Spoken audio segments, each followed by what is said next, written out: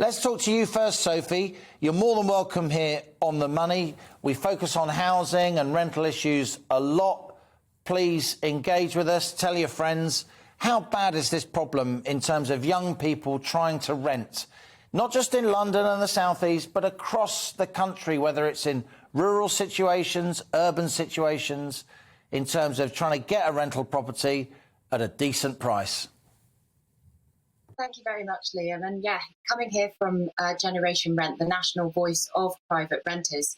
And we've been coming across more and more issues about renters struggling right now in the private rented sector. As we know, there's 7% inflation and the energy crisis, and the cost of living has increased. We found that these issues were before the cost of living crisis. Rent has been increasing a far faster rate than wage inflation. And that's been an issue across the board, not just in London, but in other places. And we need to think about the way in which we can change this system and create more housing for private renters. And especially, as you mentioned earlier, the quality of housing right now in the private rented sector is substandard. With 1 out of 8 properties in the PRS have a Category 1 hazard, and 23% of PRS homes are non-decent.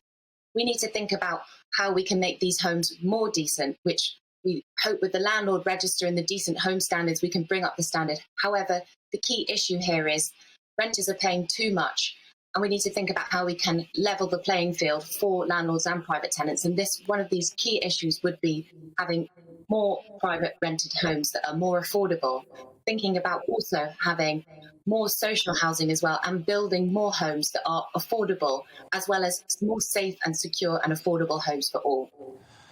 Russell Quirk, let's bring you in. You're a property industry expert. Great to have you on the show as ever.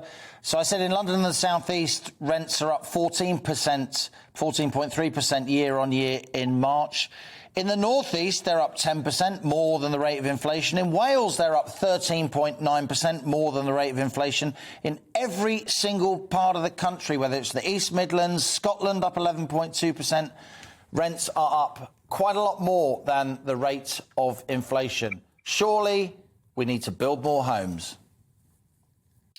Well, look, Liam, you and I have rehearsed this a few times. Look, we absolutely do. And we need to build more homes for people to buy, and we need to build more homes for people to rent. The problem with the market, the way it is, of course, is that the majority of homes that are built in the UK, about 240,000 homes each year, the majority are for resale, and there's a much smaller amount that are built either for social housing or what we call build to rent, albeit the build to rent actually as a category, as a sector, is increasing quite significantly because there are some big institutions now, like Legal and General, that see a combination of capital appreciation and yield being quite attractive for them.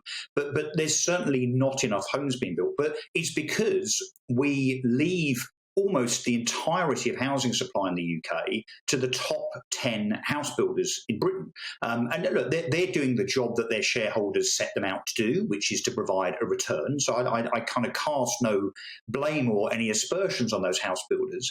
But if we leave the question of affordable homes, whether it's for purchase or for rent, simply to the free market, which, by the way, I'm a massive, massive, massive fan of, well, then, of course, we shouldn't be surprised when there's a lack of supply, and also, in particular, a lack of supply in the right places. And I've said on your show several times, I think, Liam, that the government need to get their act together.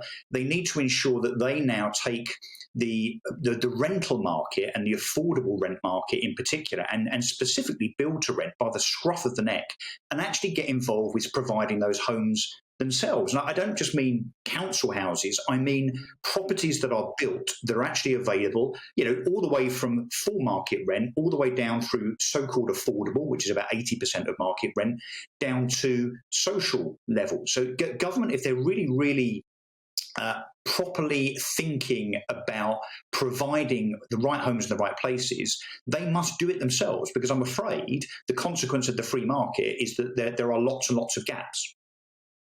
That's a very considered view, Russell, and an expert view. You're a very respected property analyst in your own right, I must say, and I appreciate you saying all that. Jasmine, that is interesting, isn't it? You know, Russell Quirk is a property professional. He's broadly on the centre-right. I'm actually chairing a lecture at the campaign group Shelter in the next week or so, and it's called The Centre-Right Case for Building More Social Housing. Yes. There seems to be such an emergency here that even people who like financial markets, like free markets, are saying the state has to really get more involved now, not so much with rent controls. Maybe you can tell us why you think they might be a bad idea, but with actually building more homes to rent and to buy. Well, agreed, yes. And the terrible thing is we've been saying this for a few decades now.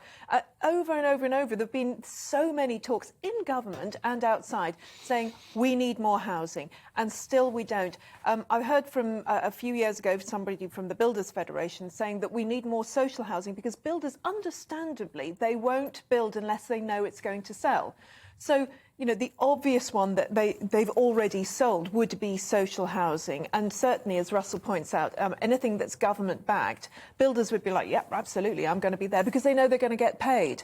So there's that. But as Russell points out, if you leave it to the market, then you're going to have these huge things in, you know, the City of London, which have nobody living in them. They're all bought by people in Singapore and China and Hong Kong. Just warehouse money, right? Yeah, absolutely. You know, you and I agree on most things. I slightly disagree with you on the nuance of what you said. I know we're on TV and you got to talk fast and cover a lot of ground, but I don't think builders only build if they know it's going to sell. I think our big builders, Russell Quirk referred to the fact that our biggest builders really dominate the market. The top 10 builders build almost 70% of the houses for private sale now. I think they deliberately build slowly, and I've written lots on why that is, and they will deny that. Yes, of but course. A lot of people agree with me on that now. House of Lords select committees, a lot of ministers, but that's another conversation.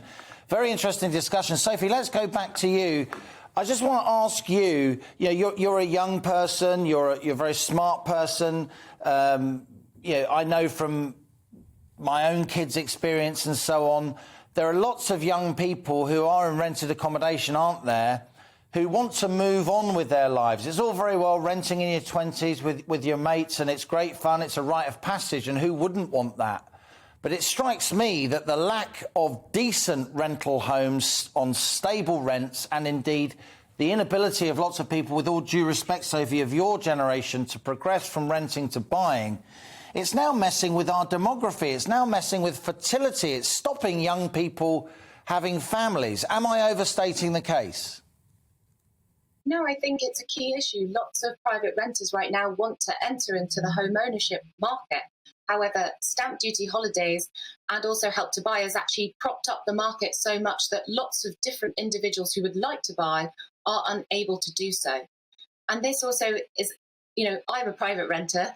The inability we now have to actually save for a mortgage, especially when you're by yourself as well. So many different individuals and the private rented sector is not a homogenous group, are finding it very difficult to enter into that market. And as you mentioned, those financial issues do then have an impact on our society. But for now, we need to think about how we can improve the private rented sector and think about how we can make it safe for those people who are now living in it and likely to live in it for the rest of our lives, basically.